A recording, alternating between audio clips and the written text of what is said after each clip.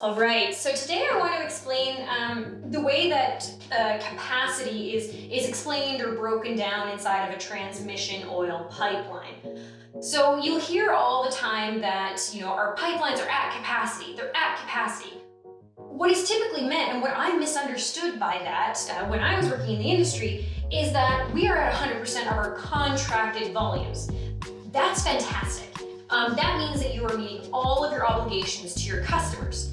When in actual fact, most pipelines are at about 85 to 90% utilization, so not actually at 100% capacity. So if you're looking at this graph then, your hydraulic max, if you're, absolutely putting the most possible through your pipeline at any moment of the day, at all times, you're at hydraulic max. Now we know that that's not realistic.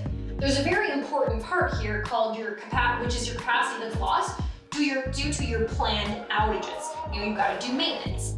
Fantastic, you're supposed to be doing that, that's great.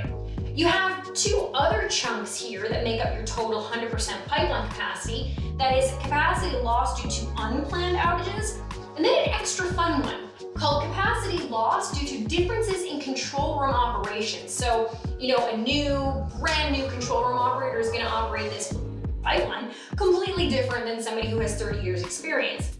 And it's going to take them time to get up to it. So because of that, there's this chunk of almost like no man's land volume that just gets, just isn't there, compared to hydraulic max. So, of course, with these two, there is a possibility that they can be captured, increasing the overall utilization of the asset from 85 to 90% to maybe 90 to 95%.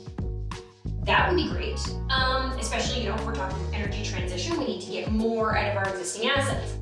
So if we're gonna get more out of our existing assets, we're getting these little slivers, meaning that the potential contracted volume of this asset is higher. So you can contract more of the asset because you're closer to hydraulic max, so reducing your capacity loss due to differences in control room operators, and of course, your capacity loss due to unplanned outages.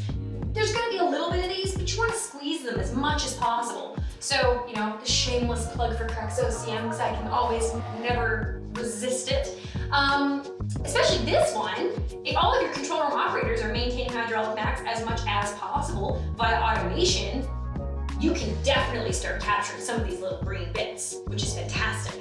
And then the blue bit, like if your capacity lost due to unplanned outages, but you can bring that line up faster every single time, you're capturing that green bit, which is super cool. So I just wanted to explain that because I know that was confusing to me. And we've talked to lots of folks that we're at 100% capacity, and you have to challenge that assumption.